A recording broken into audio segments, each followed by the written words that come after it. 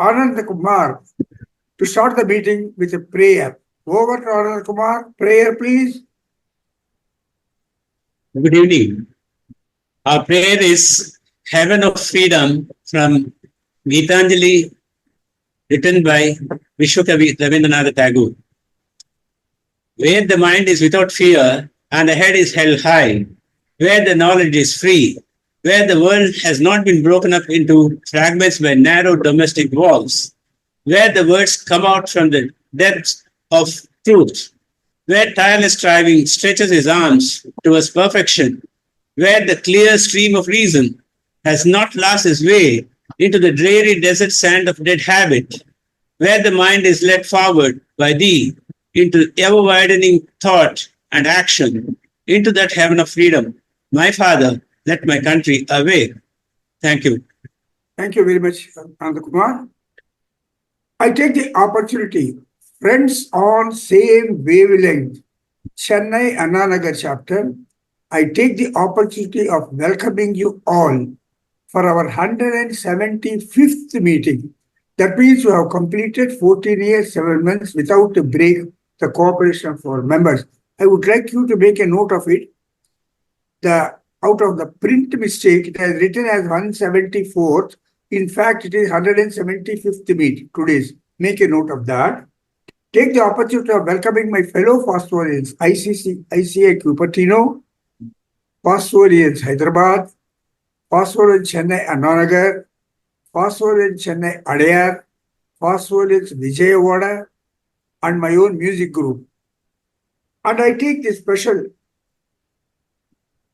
welcome to our distinguished speaker of today, Sai Kiran Bhagavatula. Sai Kiran Bhagavatula is an engineer and a wildlife photographer, very famous wildlife photographer, very young, energetic, versatile. He is very happy that he could spare some time to give his lecture today. The topic he has chosen is nature, the greatest teacher. He says nature itself is going to teach us a lot of things. Let us listen to him.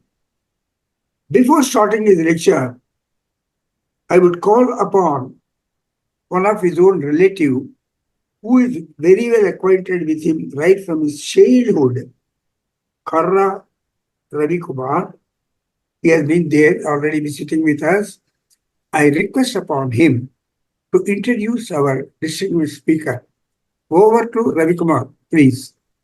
Thank you, sir. Yeah, go ahead. Good evening to all the FOSWL members. Firstly, I would like to thank the management committee of FOSWL for providing this opportunity to introduce the speaker for the day. Whenever a speaker is introduced, there is always a sense of respect, admiration, and inspiration for the work that the speaker has done till that point of time. But today, in my case, in addition, I also have in my heart a very deep affection and great joy in introducing today's speaker, whom I have known since he was a very, very young boy. For this, I'm even more thankful to FOSWL.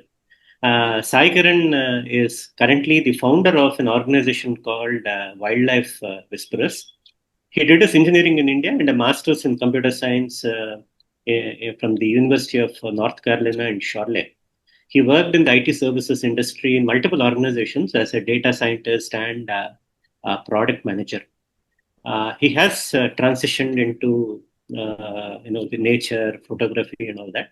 And right now, he is, in some ways, we can call him as a nature and a wildlife photographer, but the scope of his work extends much beyond that. As a photographer, his photos were featured in Canon Asia, USA, India, Central Africa, along with other wildlife magazines of repute. His photos were displayed in globally esteemed galleries in New York, Berlin, London, and Mumbai, and most recently in the prestigious Jahangir Art Gallery in Mumbai. He was awarded at the Budapest International Photo Awards and International Monochrome Photography Awards. He is listed in the top 35 wildlife photographers across the globe by 35 awards for the year 2025. In my understanding of his work, he is a student and admirer of nature, not just limited to wildlife.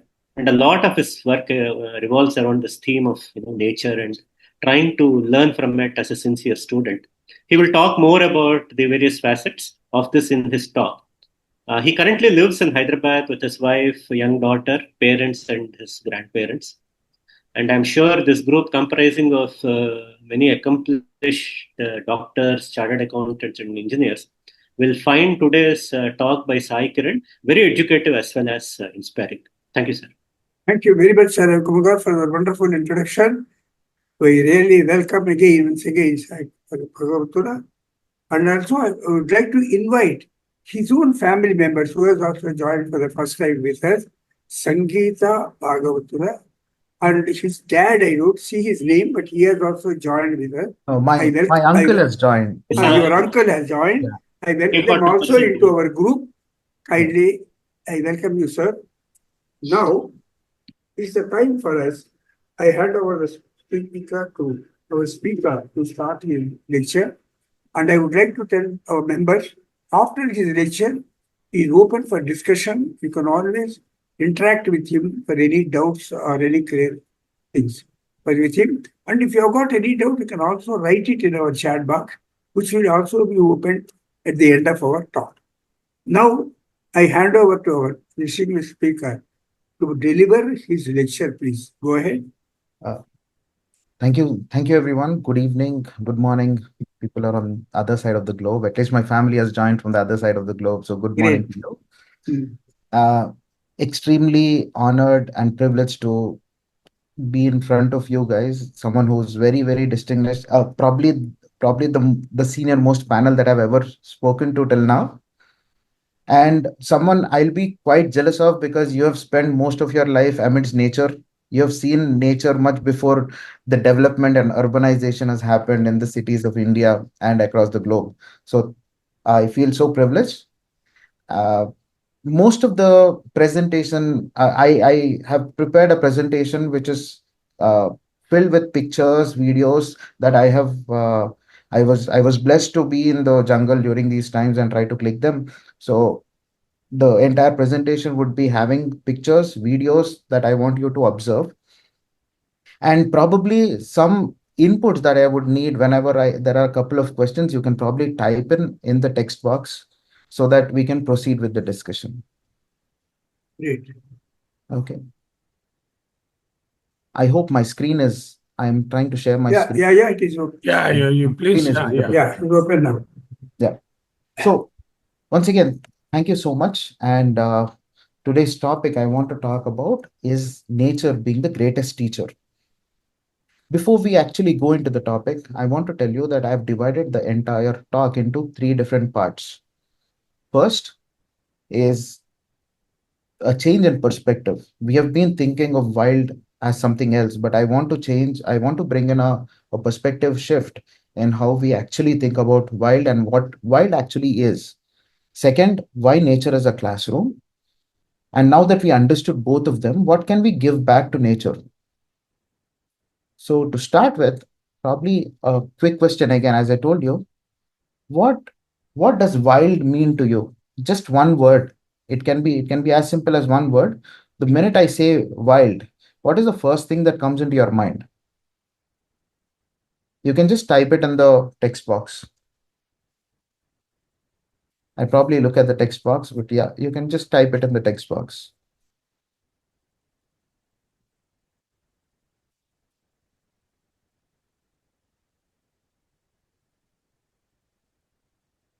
Another 2 seconds and then we'll go to the next.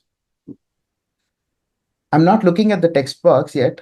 Lack of order or no rules.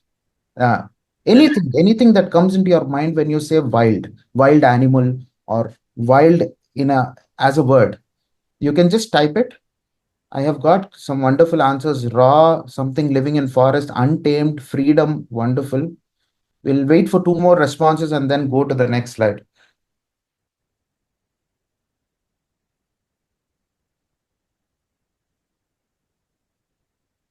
Okay. Danger, wonderful, vigorous. Uh, Actually, not surprised with the responses because most of the world actually thinks about wild the same way.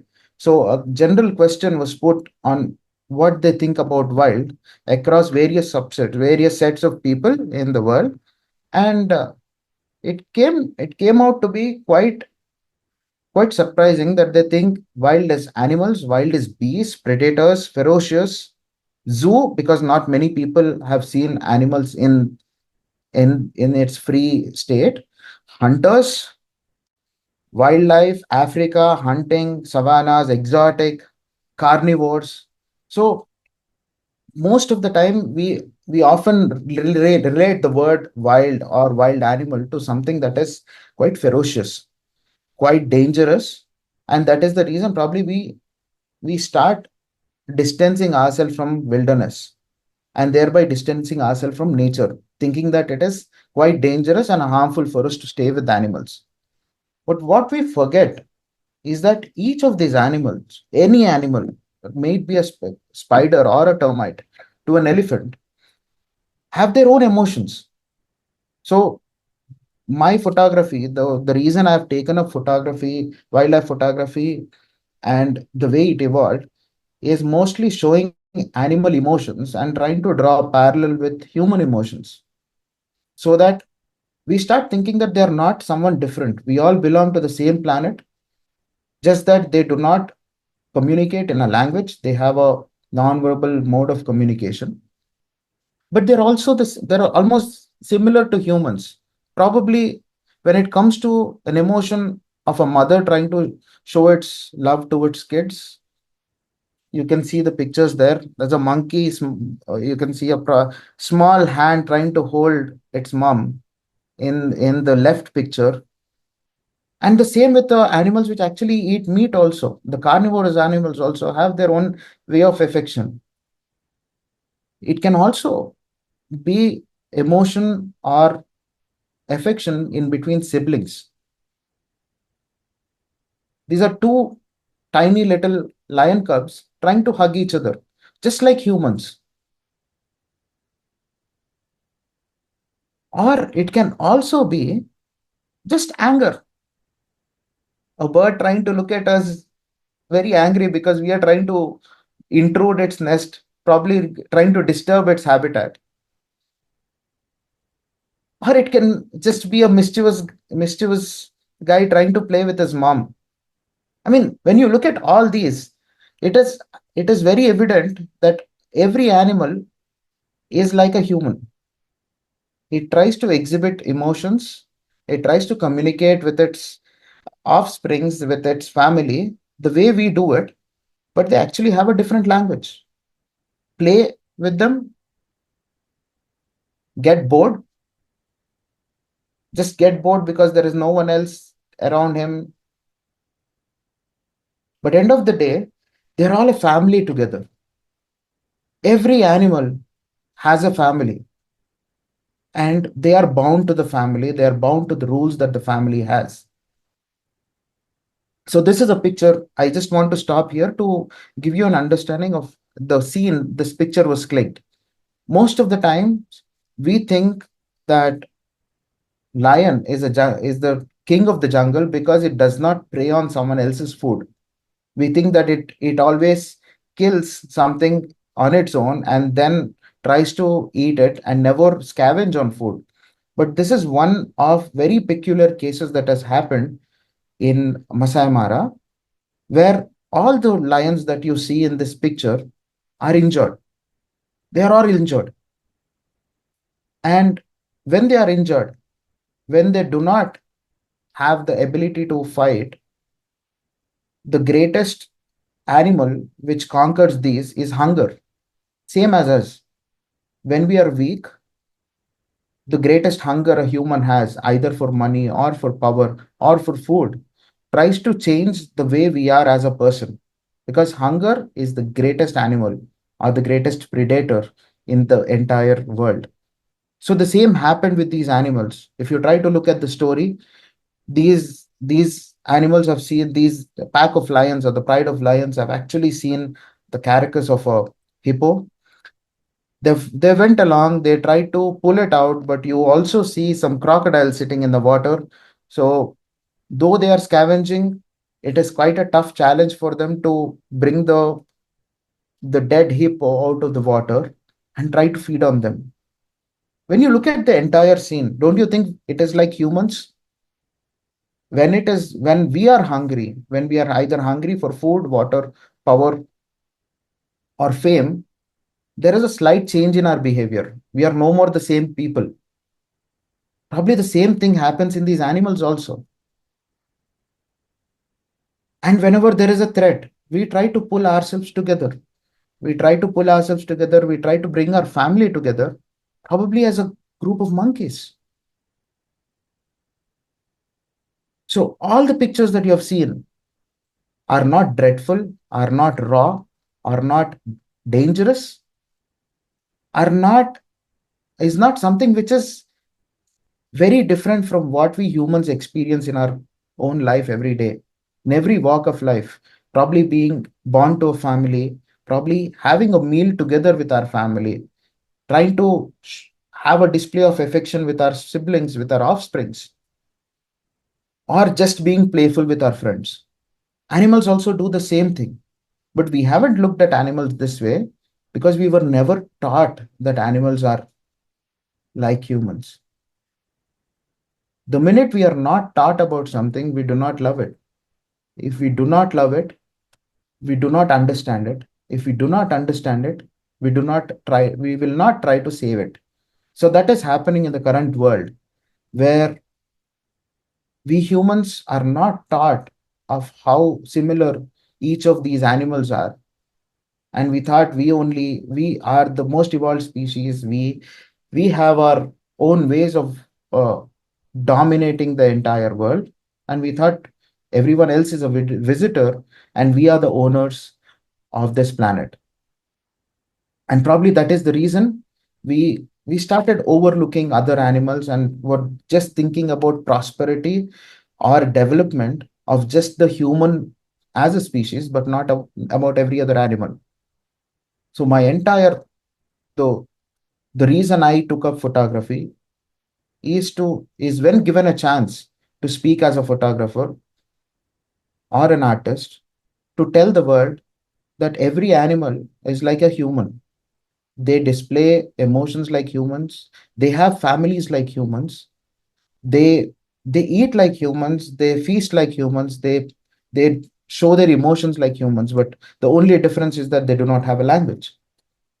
And if I can bring that change among the group of people where I speak, that is the greatest success the art has accomplished through me. So let's get to the next part, the most interesting part of what can we learn from nature. I mean, I know this is one question most of the people would have. What to learn from nature? What can we learn from wildlife? What a four-legged creature can actually teach an evolved social animal human. But when we actually go into the depths, before that, let me just play the small video for you. Have a look at the video, and probably on in the comment section, you can just tell me what you have observed. There's no music for the video. You can just look at it.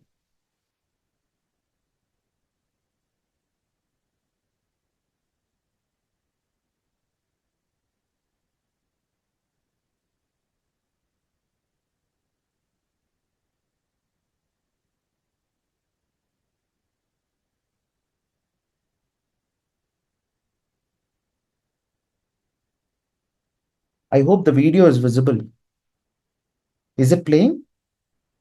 Yes, yes, it is It is. playing well, very well. Of course, no audio. Yes, no audio.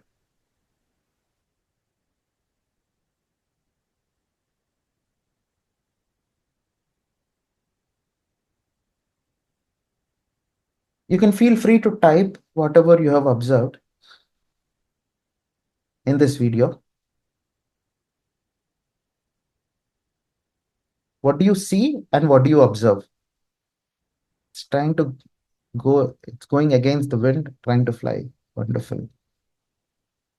Anyone else?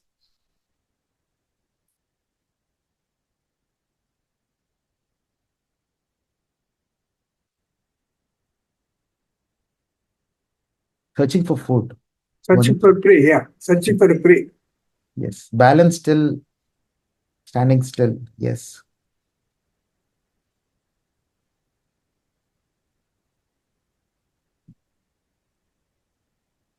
Patiently. Wonderful.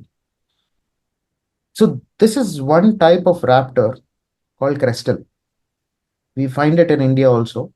So basically, most of the kites, eagles, and crestals, what they do is they fly at a much higher altitude than any other bird that you see. And once they actually see its prey, they try to come to a lower altitude, keep their head high in the entire current of the wind, search, have a spot, wait for the prey to actually come to the spot so that it can hunt it. I mean, isn't it what we have to actually look at animals and learn? Probably keep our head high even when there are currents around us, when there are disturbances around us, and try to fix ourselves to the target. Probably a mission in our life, a target in our life, or a goal that we want to achieve. No matter, I mean, no matter how the turbulence is around us, how the world around us is going, we just keep our head high, look at our target, and this just go. And this focus, no other animal has it. And the best part is, probably from a height of more than 500, 600 meters, a crystal can actually spot a small rat, come all the way, never miss the rat. It never misses its prey, picks it up and goes back. And believe me, this bird has been doing it for almost 18 million years. 18 million years, this bird has been hunting its prey without changing the technique, without, I mean, probably following the principles of nature that I need not change the way I am, but I can still hunt. Going to the next thing. So, why we have to learn from animals? Okay.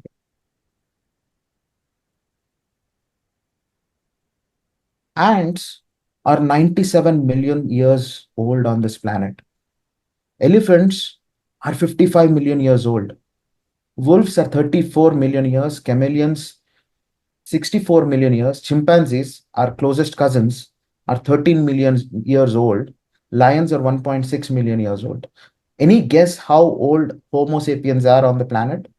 I'm not asking my family members, they've already known this answer. I speak to them a lot, but yeah, I leave it to the rest of the group.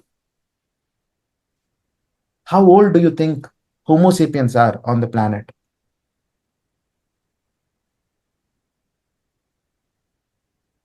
You can just type the answer. There's no wrong, right answers. Yeah, We are free. just trying to learn. Be free to answer. For 10 million years, okay? Maybe 1 million year, okay? 5 million, Ishan.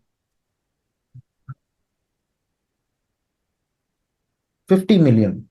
Oh, wow.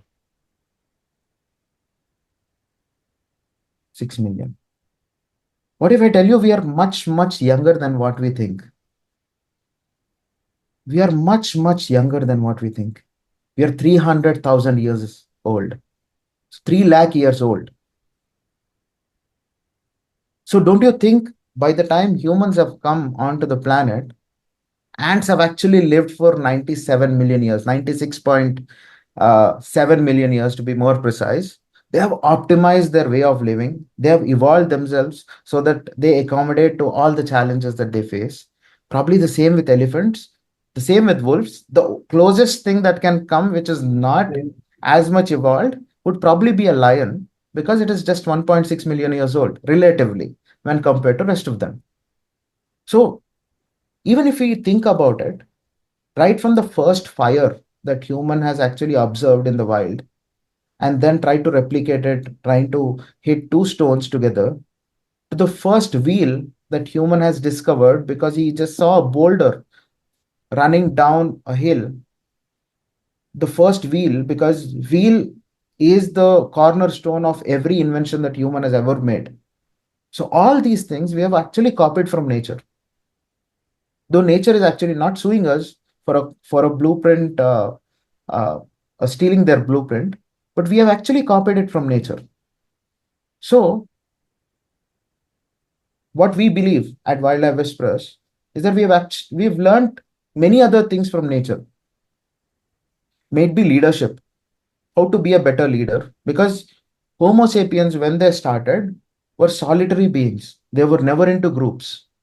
The minute they realize that they have threat from other animals which are more powerful than them, they started forming societies.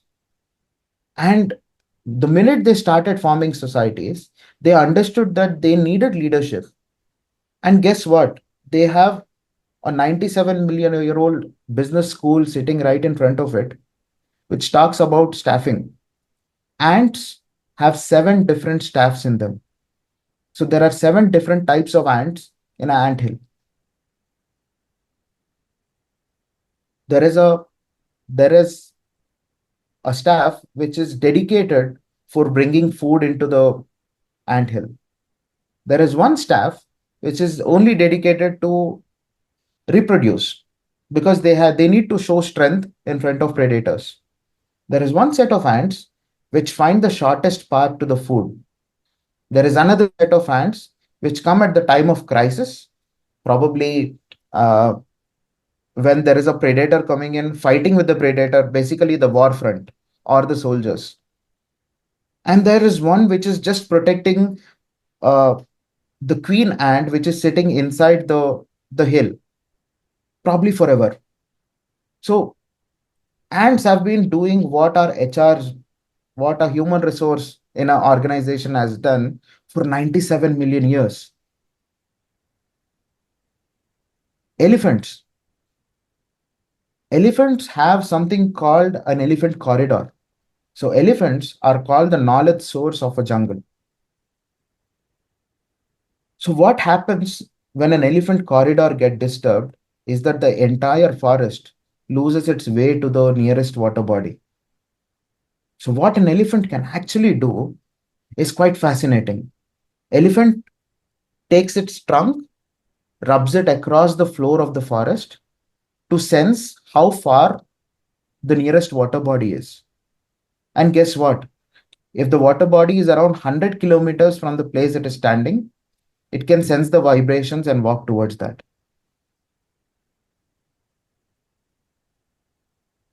This is not the best part. The best part comes now when we actually realize that every elephant comes with a 10,000 years of herd knowledge of the migration.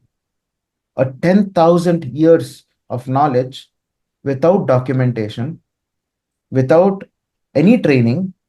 The mother is trying to give it to the calf.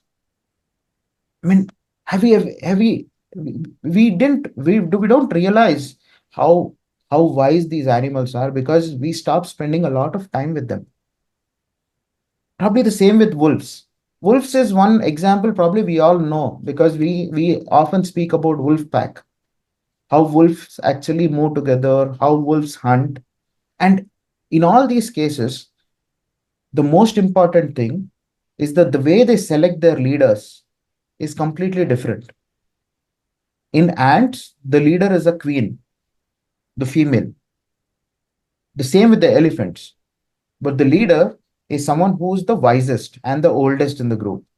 When it comes to wolves, the fastest is made the leader. When it comes to chameleon, someone who can change their colors much faster, someone who can adapt to the surroundings much faster is a leader.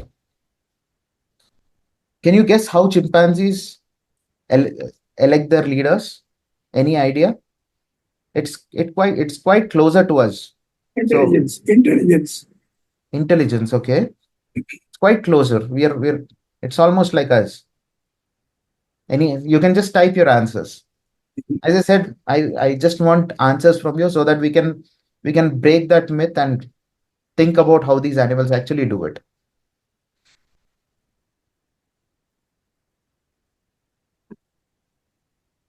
You can just type it. How do they elect their leaders? Voting. Almost there. Yes. By age. Okay. Rigging. Oh well, they don't have money, so they don't rig yet. Strength, support from others. So chimps, adjustability, acceptance to majority, somewhere there. So chimpanzees look for a leader who is quite empathetic. Any leader who can save the youngest.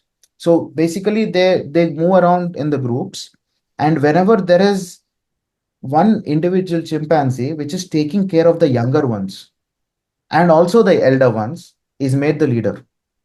Basically, they feel that someone who can cover all the generations, who can address all the generations of the family, is someone who can be a leader. Isn't it something closer to what we do? Someone who can address the entire set of audience. So chimpanzees actually vote for their leaders, but the voting criteria is someone who can socialize, someone who can go around the group, who can basically show empathy over every other member of the group. And in lions, the most strategic will be made a leader. And again, in lions, it is women who lead, and the male actually does not lead. And there is a very, very scientific reason there why a male does not lead here. Because most of the times in wildcats, males are someone who are associated to hunting and conquering, like kings. So the minute king starts going for a hunt or a battle with another king from another territory, there is always a chance that the king might be injured, or there might be a chances of losing his life. So if the king is lost, the entire kingdom becomes quite weak. So what lions do is the strongest female, the most strategic female is made the king, is made the head of the pride, and the kings or the males will actually go around, try to increase their territory, increase their area that they can live in, and the females will be hunting. Another great fact that lions would actually do is something called quorum sensing. I know there are a lot of doctors in the panel. Quorum sensing is something that happens in a microorganism also. So what actually happens in lions is that all the females will plan their birth, will plan their pregnancy at the same time, so that there'll be one mother taking care of all the cubs. The other mother will be going on for a hunt. And guess what? This is without any equipment. This happens without any scientific involvement. This happens without absolutely no technology, uh, no digital interference, I would say, but everything. And they have been doing it for 1.6 million years, even before the first computer has come. First diagnosis has been invented by humans. So they have mastered the way of living life. And these are all few case studies that we can actually sit, observe, and learn from animals. Let's quickly go to the next. So there's a small video I want to play for you guys. This is a video that I've shot again in Africa, where a mother just killed a buffalo, and just observe what it is doing.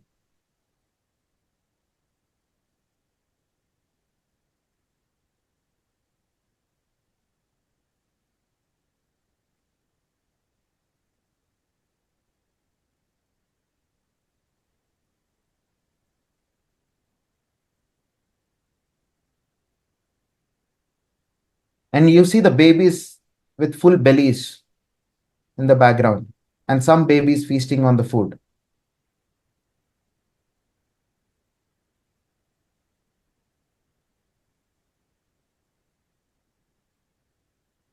And you see the mother actually rubbing, trying to make marking on the floor. You see that? Yeah. Can you just guess what it is trying to do? Because we go into next part, we spoke about leadership. We'll speak about something else here. Probably wants to bury them. Okay. Anyone else?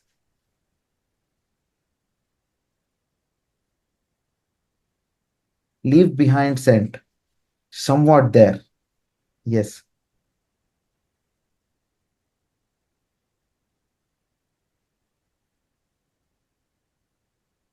We'll give another few seconds before we go to the next one. Any answers? As I said, there are oh, no one should come. Territory. Defining its skill for the lions. Oh, wonderful. So yes.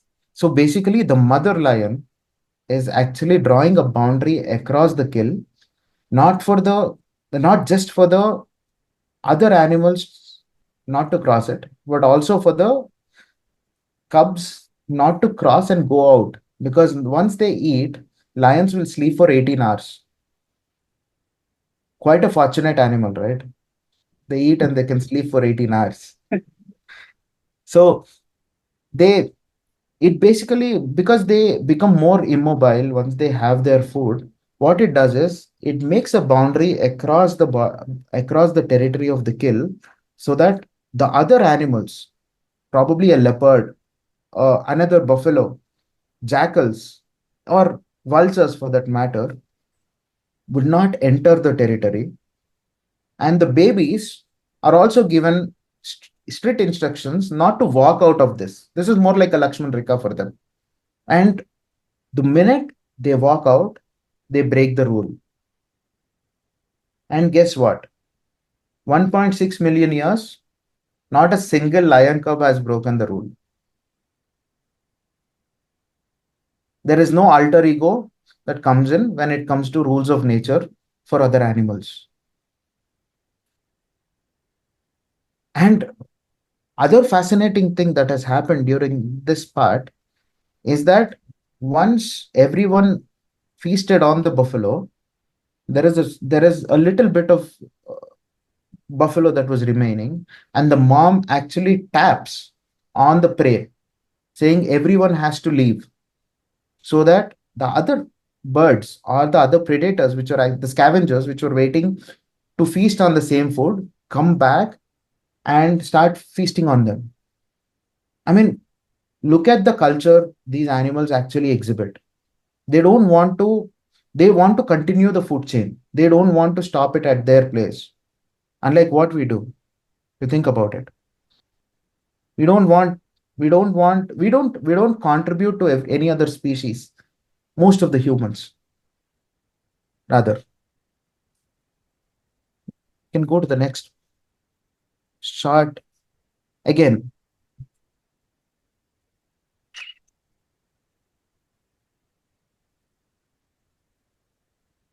this is a cub. What you actually see here is a tiger cub. And it is the mother's instruction not to move out of the water, because water generally washes off the scent of the animal, so that other male tigers will not find this cub anywhere. And guess what? 14 hours passed. The cub was still sitting there for the mom to call. And the minute the mom called, she started running away to the mom. I mean, the reason I've put this, as we spoke about leadership, we also have to speak about the discipline these animals have. Because when I have asked for what wild means, there was someone who said they are untamed. But animals are actually tamed by themselves, within themselves, and they generally do not break the rules of nature.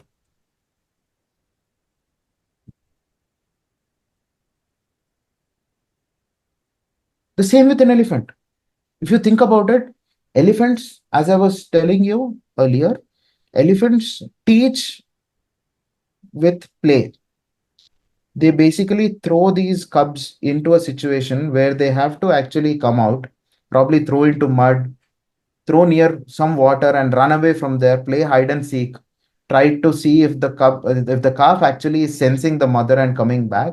And that's how for 8 years the mother the mother would be there almost for 8 years with the calf as the calf grows. And after eight, she knows almost every other thing.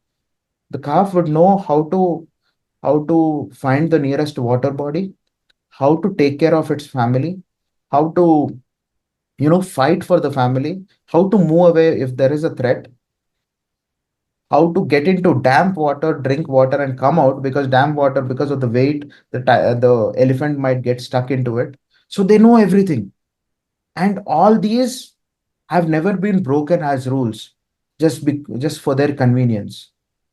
55 million years, they haven't broken rules.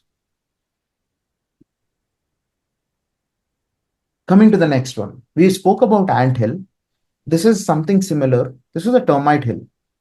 Now that it is rainy season, we have these flying termites that come into our house. We try to switch off all the lights so that they go out. Those are termites. Those are the mating termites, basically trying to find a place to mate. And we spoke about leadership. We spoke about rules and discipline animals have. Now let's get into the engineering part of it. This, whatever you see here, termite hill, is is one of the greatest example an engineer can be given in order to build an architecture, a civil engineer. How much time, how long do you think the termites take to build a one termite hill? Again, it's up to you. You can type your answers. 1 month. Okay. 6 months. 2 months. 2 days. 3 weeks. I'll wait for one more answer. Depend on the height. Okay. On an average. On an average, how much do you think an ant hill would take?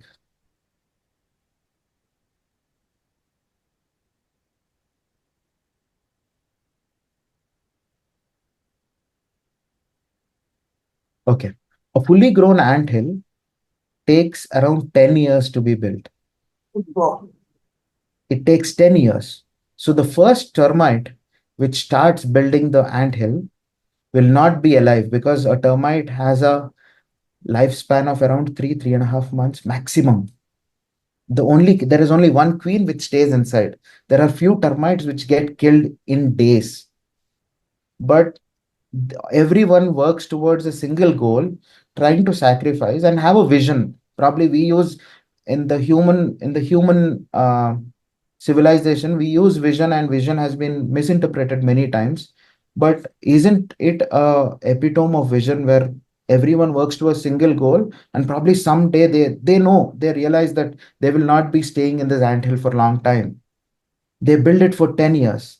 And the best part about an anthill is that no matter how the temperature is, anthill and the termite hill, both of them, no matter how the temperature is outside, the temperature inside the termite hill will have a variation of 2 to 3 degrees maximum.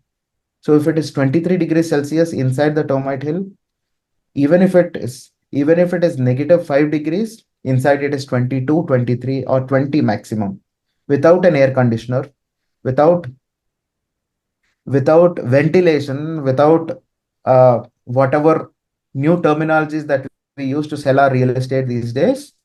Without any of these, 97 million years, these species have been building marvels of engineering with absolutely no knowledge from an Ivy League college or a business school. Don't you think they are great? They are great teachers for us. Yes. Till now, we spoke about uh, discipline, we spoke about leadership, few examples of leadership. We also spoke about uh, engineering and long-term vision, how every ecosystem or an organization has to look at these animals.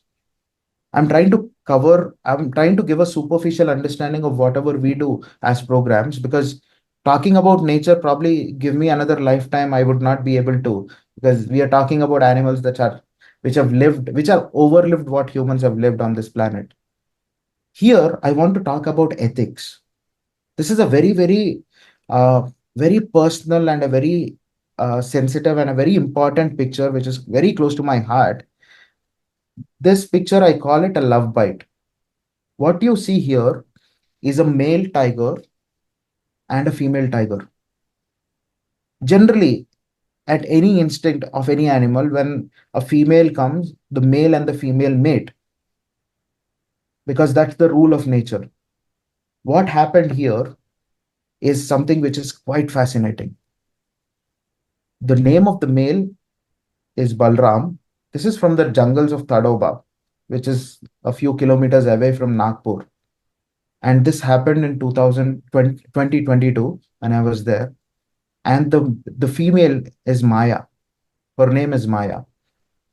So the male and female, as usual, have seen each other. They have encountered. The male comes closer, tries to sniff around the female, and with an intent to actually mate with it.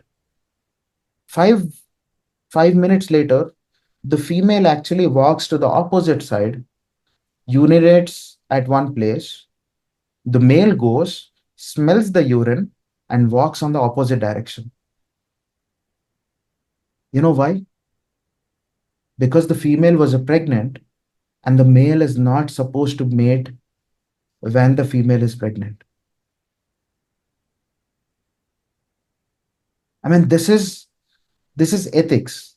We spoke about leadership. We spoke about all this, but the moral values which these animals, when we think about them, we think about someone who's raw, someone who's rustic, someone who's untamed, wild, dangerous, but they are carrying values which we lack in the current generation.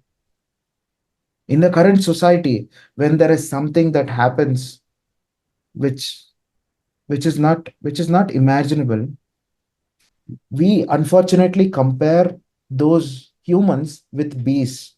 But what we have to realize is these beasts are much, much more ethical than what we humans are.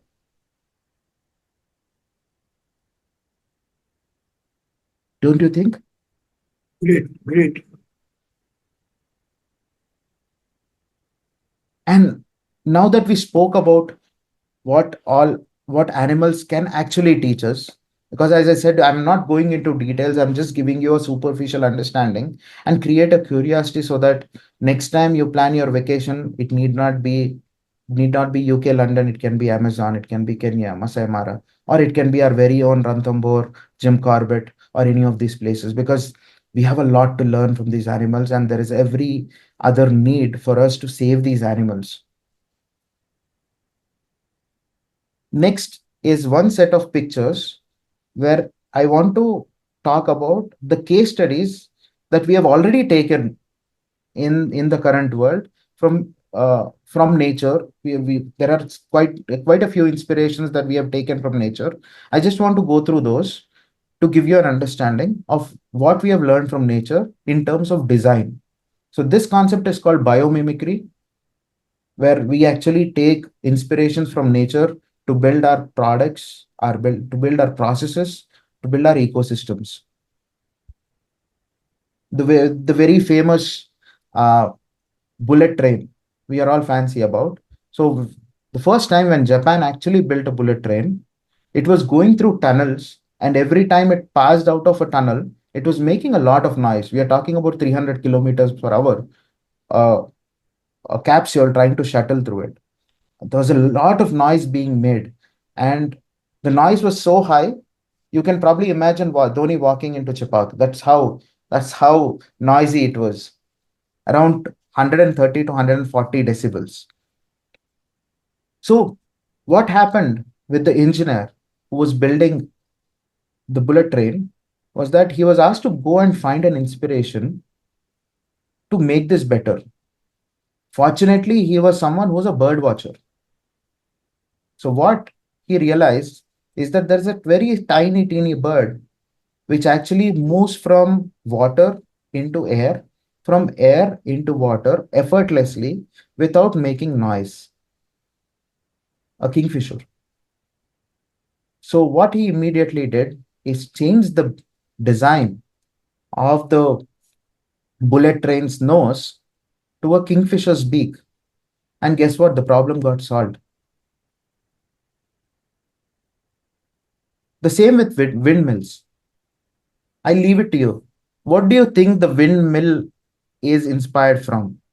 Something that a big fan, which should not make a lot of noise, like the ceiling fan, which does in our home, but at the same time, rotate, generate electricity.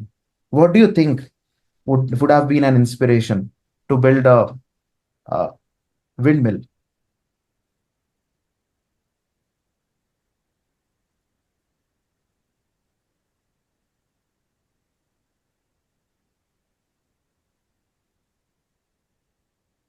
Blades, angle of the blade to generate. Yes. So what do you think has inspired to build the wings of a turbine? Probably from the birds. The birds. Okay. Any other guess? It's quite a surprise. Even when I learned, it was a surprise for me. It is the fin of a whale. Oh, Yeah, basically because whales are the only aquatic species which can do a rotation and basically a spin at the same time. Everyone else has fins, but they have rudders which can actually move in both the directions. So that, I mean, when compared to the size of a whale, their fins are quite small, but they can generate power enough to move the whale from one place to another. So that's where we have got an inspiration from. And couple of other examples. Probably I think I'm running out of time, so I'll yeah, just quickly go through it. We yeah. have built adhesives from the prints of lizards or geckos, how an adhesive actually should be. We have built Velcro. The Velcro which we use to tighten our shoes, use our bags, is from the fruit that you see here, which gets stuck onto the fur of animals.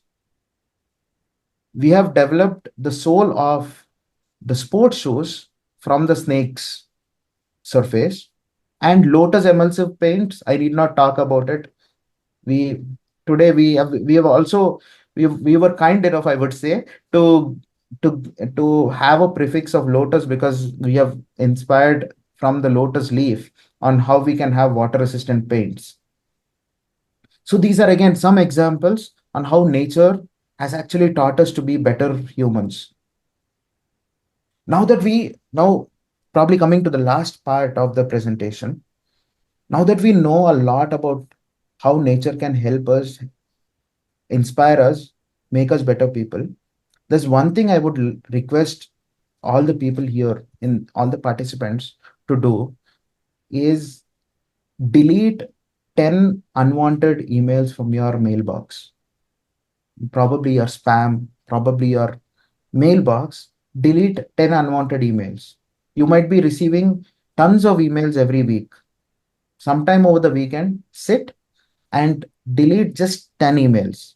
And I tell you what happens if you delete 10 emails. If the entire world, all the email accounts, start deleting 10 emails, this 10 emails has a power to light almost 61,000 homes for over a month. We are talking about a power that 8,000 cars can drive over a year. This is the only way we can save nature. The only way we can save nature is change our lifestyle.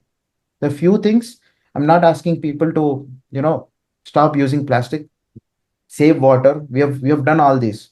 It is not happening because this is as saving water, not using plastic will be as less effective as a smoking ad trying to show to a smoker, because You're not changing them. You're not changing the lifestyle. But something like this, a very small, a very small thing which does not take even 10 minutes of your time, we are saving a lot of power. While we are saving a lot of power, we are actually saving our planet from having another massive carbon footprint, so that we can see these animals, we can see these teachers which have been there with us for few more generations.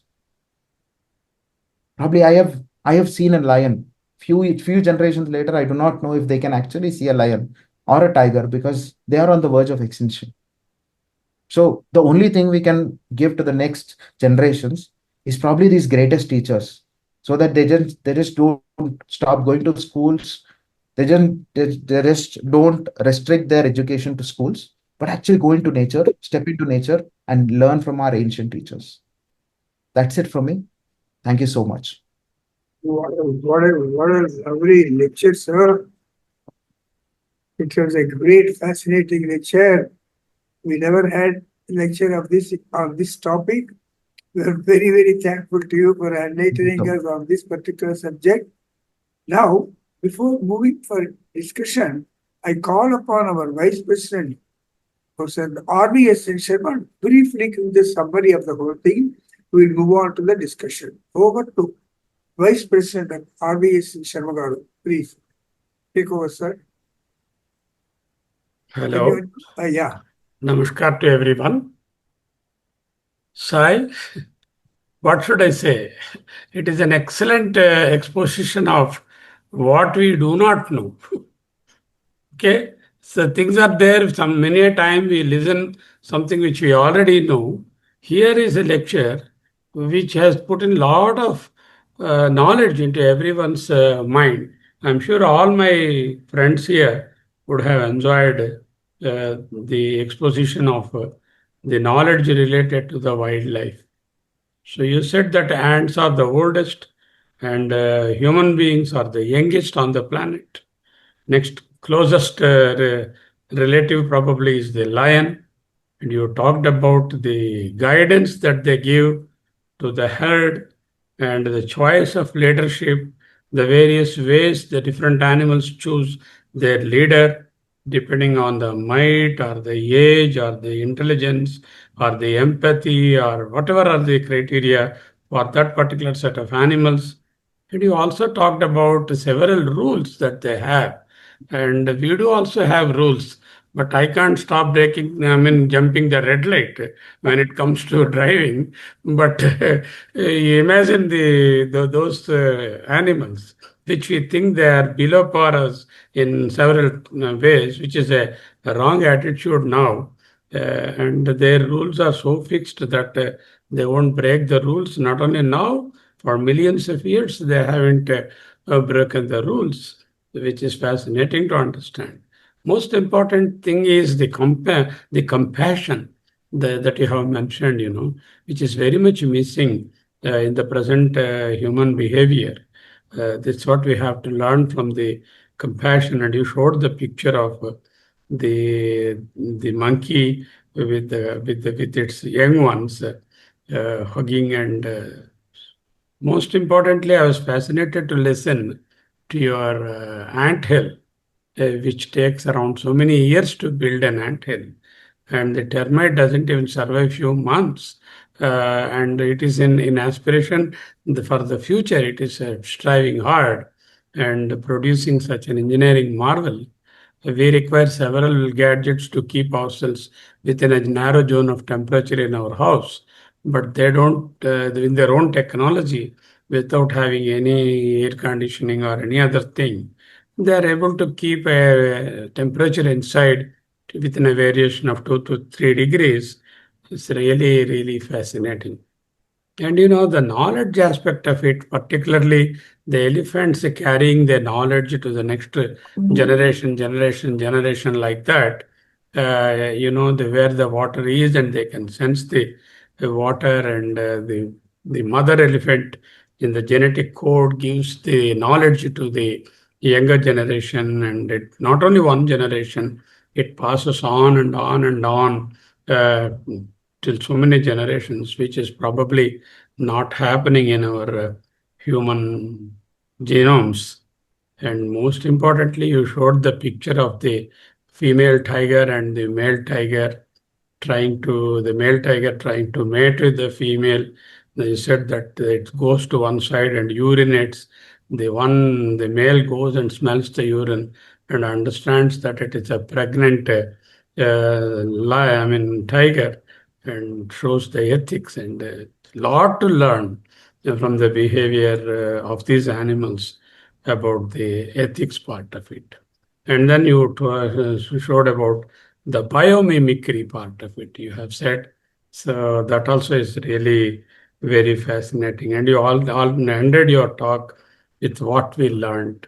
You showed us the bullet train and copied from the bird, and the windmill rotation, how we got it from the whale. It spins and also rotates, and that is the Velcro thing that we are using from the lotus leaf, and the sports shoes for the grip and all from the snakes.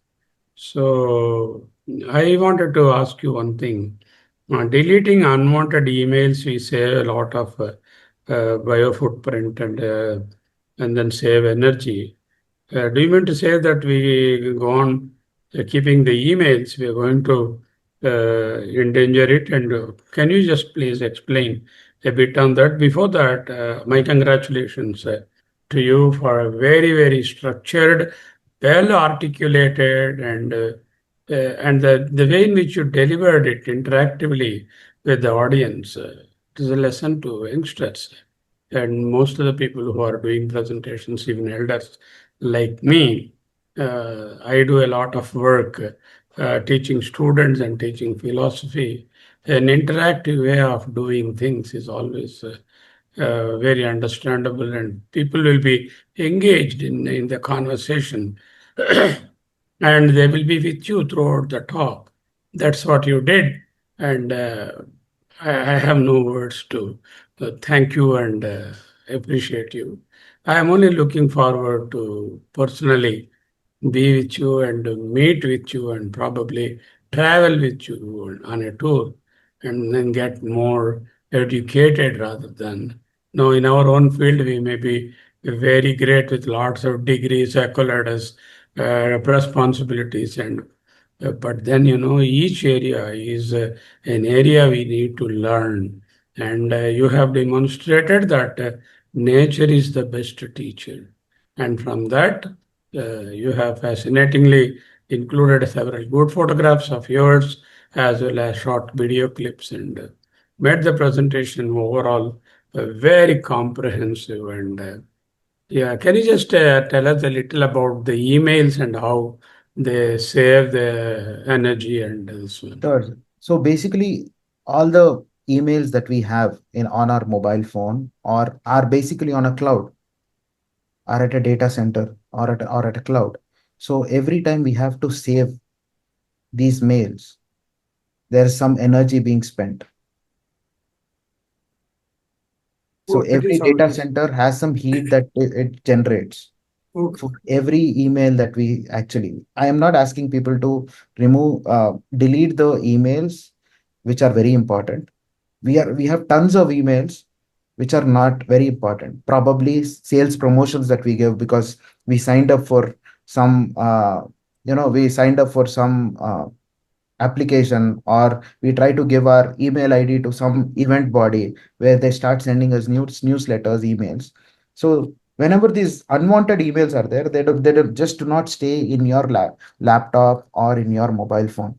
They stay in a cloud, they stay in a server, which actually needs a lot of heat, which generates a lot of heat to save these emails. It need not be just emails. It can be photos also. We Yeah, probably click 100 photos and don't even use those 100 10 years later. Correct. Even our own yes. photos we don't see. Yes. Thank you. Thank you very much. Now I understand. Recently, around 6 months back, same idea has been told by my friend, and I am with the habit that I don't keep any junk mail or unnecessary mail or spam mail or anything unwanted mail. Those which are read also I will delete. Only I will sort them out into archives if I really require to look at them at one point of time in future or not. I think this is a good habit, and you have now given me the scientific background behind that. And I'm glad that everyone else will follow that. There are lots of unnecessary forwards. I urge all the members, don't forward anything which is not worth forwarding. And just simply because you got it, you don't even look into it or listen to it or view it, but you forward, which you can avoid and clog their phones and totally, be environment conscious. He said that deleting some number of mails, he has mentioned the number of mails is something like 8,000 cars off the road. So that means how much amount of pollution you can imagine. I think there is one thing is, if you open the eyes, every time you have, there's an opportunity to learn. Unfortunately, we are very closed in our outlooks. We think that we are great people in our own field, and we are blind to how to learn from the other disciplines, and particularly like people like you who have exposure to wildlife. It's a nice having you on this panel today to talk to us. And my congratulations once again.